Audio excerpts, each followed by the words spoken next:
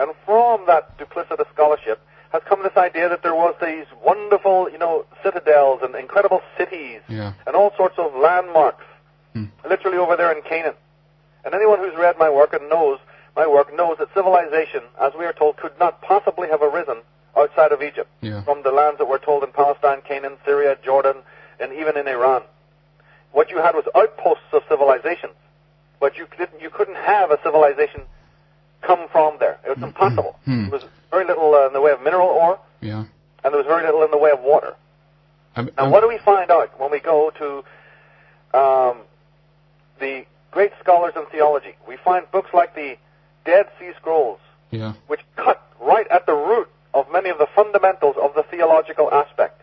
So the theological aspect, what Christians have to understand is this, that even your theological principles that are laid down in the Bible, the dogma, have been assaulted massively since the discovery of the Gnostic Gospels and the Dead Sea Scrolls.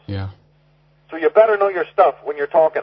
Then along comes people like Jordan Maxwell who can really take you apart, who've really done some homework that even transcends what has been known from the Dead Sea Scrolls and these things that were also creations, of relatively recent times. These are people who've gone into studying the ancient mythologies of the world, the ancient gods and the Solar King. And we have Mustafa Gadala revealing, that the ancient sun kings of Egypt used terms like Christ. You see, and all of this thing. So we have a massive assault on the theology, and we've been talking about that in other shows. But what do you find? You even have an assault upon the physicality of it from the top archaeologists that exist. And the one that I think that people ought to know about is Professor Thomas Thompson. Thomas L. Thompson. And he wrote, there's been many books written on this kind of subject, and he wrote the book, The Mythic Past, Biblical Archaeology and the Myth of Israel. Now this is a fairly recent book. And this man also suffered, of course, the usual job loss and ridicule. And his book is called The Mythic Past, Biblical Archaeology and the Myth of Israel. And I want to read a few little passages from his book to get people to wake up from their delirium, to realize that under all the hoopla, there is not even the physical evidence for any kind of original people of Israel or chosen people or anything. And this, of course, once you discover this, it opens the door to the real story. Indeed. It's not about bashing history, it's bashing false history. It's making people understand that there is a false history that has been put in front of people.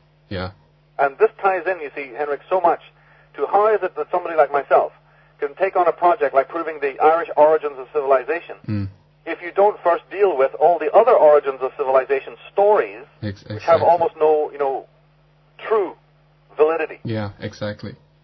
I'm not a person who comes in and just, again, dumps my particular theories on all the rest of the theories that are out there, so that we have this encrusted, we have this totally encrusted form of knowledge which nobody can ever get through. We can never sort out that mess. So Right. So one has to go down and say, okay, let's try to deconstruct some of the lies. Just like people have had to do with recently in Nazi Germany. But look what's happened to people who try to unravel the truth about the Nazi Germany. Where do they end up? Where is David Irving right now? Exactly. Where is Ernst Zundel?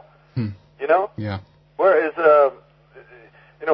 Frasson from France?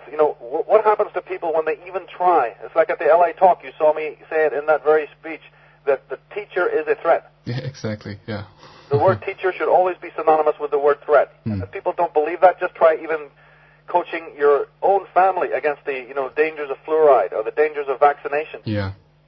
Or to stop butchering animals for your daily food or whatever it might be. Then you suddenly will find out that you're an immediate threat. Oh my God, yes, of course. I'm going to work and saying, look, I don't want to have 100 vaccinations just so I have the privilege of working here. I'm not in the fear, of transmitted diseases, so I'm not going to jump through all these stupid hoops. You'll be fired immediately. You're considered the black sheep of the family. It's incredible. You're considered the black sheep at work if you don't go along to get along. So we have tremendous consensus trance. So, again, the idea then, but I still believe that it's very important to deconstruct the lies that surround people before you add another theory. That must be done, I think. I really do believe this is to be done. Let me just start with one interesting quote. He says, of course there was an Israel, says Professor Thompson. The name itself is used already at the close of the late Bronze Age on an Egyptian monument to refer to the people of Canaan.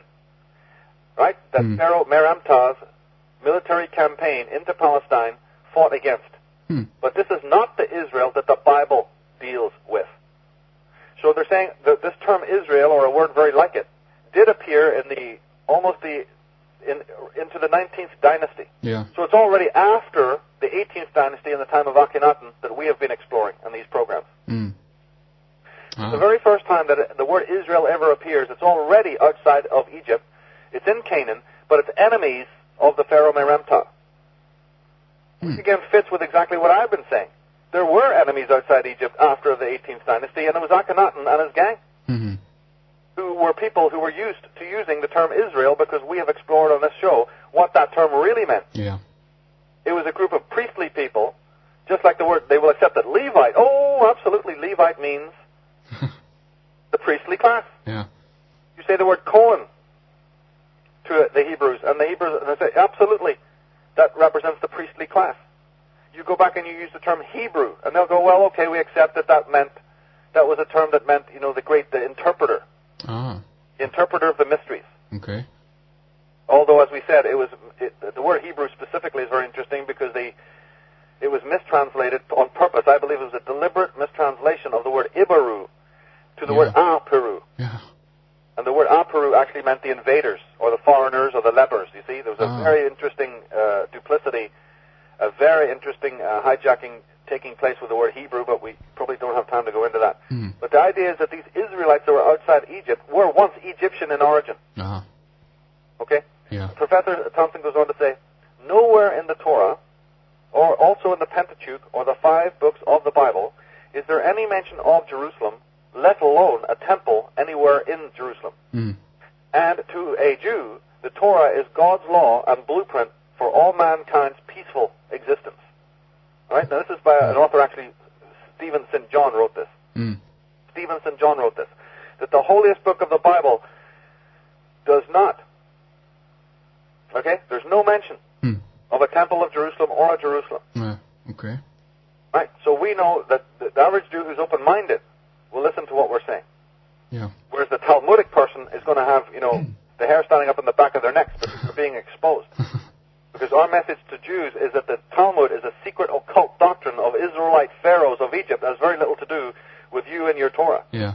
And your people are being massacred today under this lie that you're believing in and falling for. And obvious. I'm glad to see that many Jews in America, are not falling for it and they're standing up against it. Yeah, yeah. And an obvious question here is, of course, I mean, the Temple Mount that is there now. I mean, how this is this is supposed to be, I guess, the wall that is there. I'm referring to part of the third temple, right, or the second? Do you know? I think it's the second, isn't it? And the third's meant to come. That's right. Yeah, and I mean, do we know how old this is? Oh, these are recent. These are recent concoctions. Every time that they've dug down underneath, because archaeology always wants to date something by looking at what's underneath. That's traditional. Yeah. But every time they've dug down under Caesarea, or every time they've dug down under where they say that these other places are, like Megiddo, or Petra, or any of these famous places all over the Middle East, especially in the Holy Land, don't you see there's dead silence, Henrik? Yeah. The very fact that they don't come forward and say, look, we found the actual foundations of the Temple of Solomon. Exactly. Hey, we found, the actual Temple Mount. We found Herod's castle. You never actually see anything coming forward, even on the Christian broadcasting networks here. Because every time they dig down there, they're finding stuff that cannot be shown to be Israelite, or what we're laughingly calling Jewish in origin. It's either Celtic or Phoenician, you see, or Egyptian, or some other race, like Etruscan. So the point being that if anyone who studied archaeology for 5 minutes, you're not going to find any Israelite citadels or cities or towns or villages or anything. They don't exist, because the whole thing is a myth. Douglas Reed, and this is a man I wish that all people would do an internet search on, or would read his great book, Controversy of Zion. He says in that book, the adoption of the name Israel by the Zionist state, which set up in Palestine in 1948, was a transparent false pretense. Now, we've already discussed this, Henrik, remember? Yeah. About how can Jews accept that you dare have a state of Israel, why don't you call it state of Judah, state of Levi, or state of Judah, or state of Zion? Mm-hmm. Since we understand by their own Jewish history that the 10 tribes of Israel have assimilated into the West and are perfectly assimilated. Yeah. So we're talking about hijacking terms and we're talking about deception. Here it is in our face. Yeah. What I'm trying to say is that, look, even back then the term Israel didn't even mean what it meant. Yeah. Back when the term first came into use at the time of the Pharaoh Meremta, when they wrote that they're fighting enemies who are being crushed now under that name, they're not talking about wild vagabonds that they have to fight in Canaan. That was never a threat to Egypt. Yeah. They're talking about Egyptian dynasties who are running madly to other peoples, trying to rustle up armies, who are desperate to fund mercenaries, who are taking every kind of disgruntled person, who are doing black politics within Egypt to try and come and unsettle the throne there again so that they can restore themselves to the throne of Egypt. Because the rest of the world is unimportant to these people. What they want is Egypt. Egypt being the most powerful civilization at that time. So you have deadly enemies working from within and working from without, who still have people following them from within. These are old Hyksos invaders from many thousands of years previous that the Egyptians have already thrown out of power. Yeah. They're not worried about any other invaders at all. This is another big lie. The invaders that they were worried about that kept their country in subjugation for nearly 300 to 400 years, they'd already dealt with successfully. Yeah. The Hyksos people, these Israelite pharaohs that I'm talking about. So Egypt was taking a breather. Ah.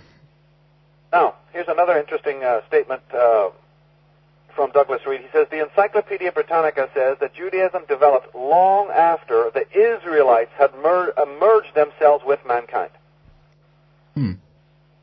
So that's history. Now we're talking factual history. Yeah. That what you think Judaism is, which I'm always saying to people, is Leviticalism, which is Pharisaism, which is Gaionism. This is something that developed ages after the term Israel was used. Yeah. They're finding this out now. Madame Blavatsky said that, nay, not only is there no proof of the 12 tribes of Israel ever having existed, but Herodotus, the most accurate of historians, who was in Assyria when Ezra flourished, never mentions the Israelites at all.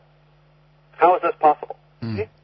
Yeah. Again, a dearth of information in the historians that we're meant to trust. Yeah. And you see, today, modern Christians and modern Jews will always be pointing to these spurious ancient historians, you see, to justify their existence. Now, here's Douglas Reed again, Henrik. He says, anything like a purebred tribe of Judah must have disappeared some centuries before Christ at the latest. So that even those Jews today who say, okay, we accept that the 10 tribes of Israel have merged into the West. Yeah. We descend from the 2 tribes, or, the tribes of Judah and Levi and Benjamin and so on. But the experts are saying, look, even that strain, if it ever existed at all, has long since, gone from the world as an identity, as an ethnic group. So, again, if people are listening to us for the first time, let's understand. You can be a Jew today in the same way that you can be a Christian today, is in the same way that a person can convert to Shintoism today, is by conversion, religious conversion. Yeah. And just because your ancestors in the 19th, 18th, 17th, 16th, and 15th century, perhaps, converted to a religion, does not mean that you're ethnically or racially connected to the people who are claimed to be of that religion in the beginning. Yeah. Yeah, I mean... And if you are taught to believe that, then let's ask a question, who would be wanting you to think that? Exactly. Who wants you to think that by mere conversion, where 80% of the world's Jews are Ashkenaz Jews, Yiddish-speaking Jews out of the Turco-Mongolic stock, the so-called lost 13th tribe, who would want you to believe that you are actually directly connected, with no evidence whatsoever, to the old tribes from the Middle East? Who would want you to think that? Who benefits from this? Because if they can have you believe that, then they can have you go back to Israel and displace a native people there who have more right to that land than you do. They can fund the rise of Zionism, a political, basically terrorist organization, who then comes up upon you telling this one terrorist organization